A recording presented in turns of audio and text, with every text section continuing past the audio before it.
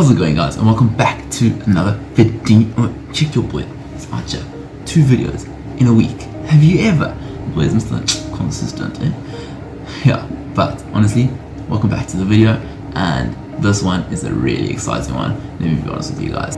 Today's video, we are going to be talking about the most important financial concepts that you need to understand. This will help you so much in life if you understand these few concepts. To be completely honest with you guys, I do suggest staying to the end of the video because the last concept is what I believe to be the most important concept, and every single investment I make, I keep this concept in mind. So let's jump right into this video. Number 1, we've got the time value of money and the concept of inflation. The concept of time value of money is the money you have now is worth more than the money you will have in the future, just because of the possibilities of the investments that you can use with that money today, and takes into account the effects of inflation, because in a year's time, that 100 Rand that you have today will not be worth that 100 Rand next year because of the prices increasing year on year. Firstly, I guess you're wondering, what is inflation actually? Inflation is the rate of the rise in the price of a good or service in an economy. And so this means that if in 2021 you have 100 Rand and inflation is at 6 Rand, then something that costs 100 Rand today in a year's time would cost 106 Rand. This concept is very important because you now have to consider that if you keep your money under your bed, you have 100 Rand. In a year's time, that 100 Rand will no longer get you that 100 Rand's worth of goods today.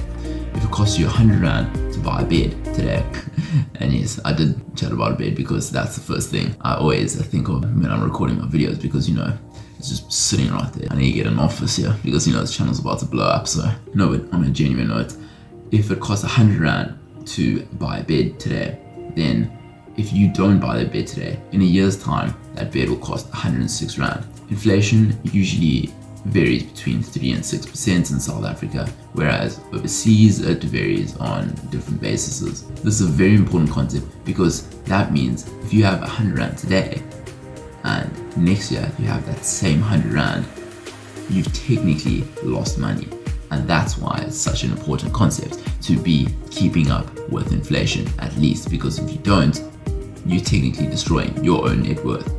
Now, inflation also has a big link to the purchasing power parity of an individual. Now, if you guys are wondering what is the purchasing power parity of an individual, I will make another video on that in the future if you guys drop a like below, because it's actually a great concept, but I will get more into that in another video. Financial concept number 2 is going to be the concept of risk tolerance. High risk tolerance will be an individual who is willing to lose their money because they can be risky, which in my personal opinion would be the younger investors, because the younger you are, the more chance you have of recovering that loss that you make.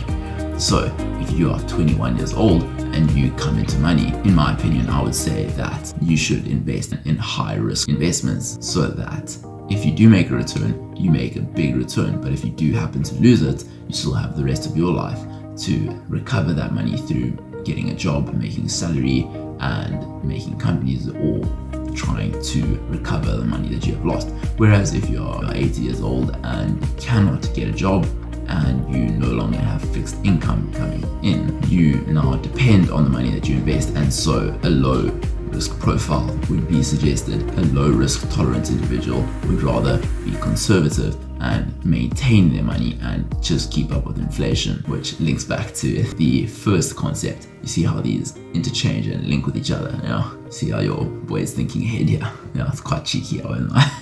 Concept number 3 is going to be 2 concepts in one. And what these are the bull and the bear markets with regard to investing in the stock market. The bull market is when the prices are going to be rising for a sustained period of time. And within a bull market, this usually occurs when the economy is flourishing, the inflation is low, and there are low levels of unemployment. Whereas the opposite is true for a bear market, where there's a sustained period of losses over a long period of time. And this occurs where the economy is slow and there's levels of unemployment which are high, as well as high level of inflation. But basically all you have to know is if it is a bull market, then this means that your investments will be on the rise, and if it is a bear market, then this is when your investments are dropping. And so if you hear that there is going to be a bull market, you are going to want to invest. But if you hear that there is going to be a bear market, then that is when you are going to want to take your money out or try and stop your losses. So the next concept, which is possibly one of my favorite financial concepts, this is going to be your net present value. The way the net present value works is this is going to work out the present value of the cash inflows versus the present value of your cash outflows over a sustained period of time to see if the investment is actually worth it. Net present value is a great technique to compare different opportunities. So if you have two investments that you are torn between and you don't know which one to choose, try calculate the net present value for each, and whichever one has the highest net present value would be technically giving you the high value in today's money. The net present value also discounts your cash inflows and outflows in the future to today. For example, if you spend 1,000 Rand to buy a property today and that property can give you 100 Rand worth of cash flow in year 1 and year 2 and year 3 and year 4, then you would discount those 100 Rand cash flows back into today's money to see the present value of those 100 Rands and compare that to the 1,000 Rand that you will be paying today to see if there's a positive net present value. If there's a negative net present value, then you would not take the investment, because that means you would be losing money over time. And so the reason I think the net present value is such an important concept is because with this concept, it's not only something that you can see in today, it's something that you can look for the future and look in the whole picture and be able to see whether the investment is actually that good of a deal. And so a positive net present value at the end of your entire calculation would result in the investment being lucrative, because this would take into account the time value of money, which was concept number 1. Also guys, please do remember to like down below, and also please do subscribe if you are enjoying the content, and if you do enjoy these kinds of videos, please make sure to subscribe and also smash that like button. Yeah, your boy's a YouTuber now. The very next concept is one that you have to be familiar with, and this is the net worth of an individual. And this is an important concept because the net worth of an individual takes into account the assets that they own, but also includes the liabilities that they owe. So, for example, if I take out a loan of R1 million and I buy a house that is worth R1 million, then my net worth wouldn't be R1 million because of the house that I own, but it would actually be 0 because of the R1 million house that I own and the R1 million loan that I have to pay back. So the net effect would be 0. It is basically your assets less your liabilities. This is a very simple concept, yet one that is so important. This is also a very good concept because it shows the health of a company. If the net worth is negative, then there's obviously a problem within the company because their assets do not exceed their liabilities, which would result in them no longer being a going concern, meaning that the company is actually not in a good position and should possibly even consider liquidation. Now imagine if you own part of a company that had a negative net worth, then you would actually be in quite a sticky situation, to be honest. And this is why the net worth is such an important concept for me. And last but not least is my absolute favorite and the one I believe to be the most important financial concept, and this is going to be the return on investment.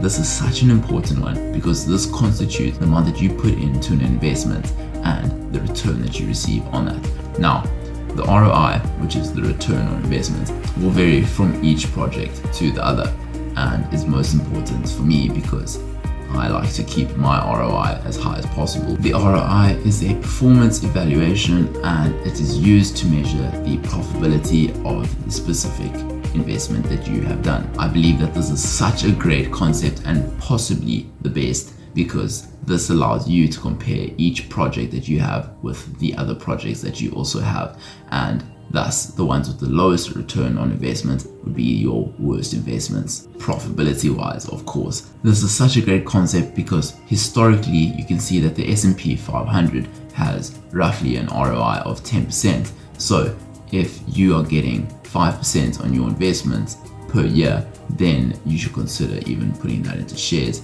if you want to try get to 10%. Obviously it varies per share and per company and per situation, but if you're taking it off just the numbers, then if you have the option to get an investment that can get you 15% return on investment compared to a project which gives you 25% return on investment, then you should definitely be taking the one that gives you the 25% return on investment, just because this means that in the future you'll be earning more money. Now, obviously guys, everybody does have their own opinion on what could actually be the best financial concepts to them, but these are the ones that I believe are the most important, and I really do believe that they are so important. If you need any more help, you can gladly drop it down in the comments below and I will definitely reply to help you guys out.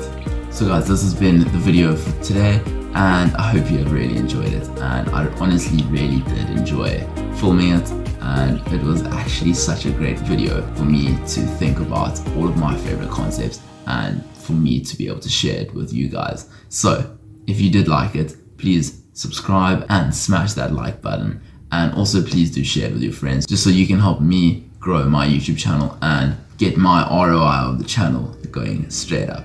So yeah, thank you guys, and I will see you in the next one.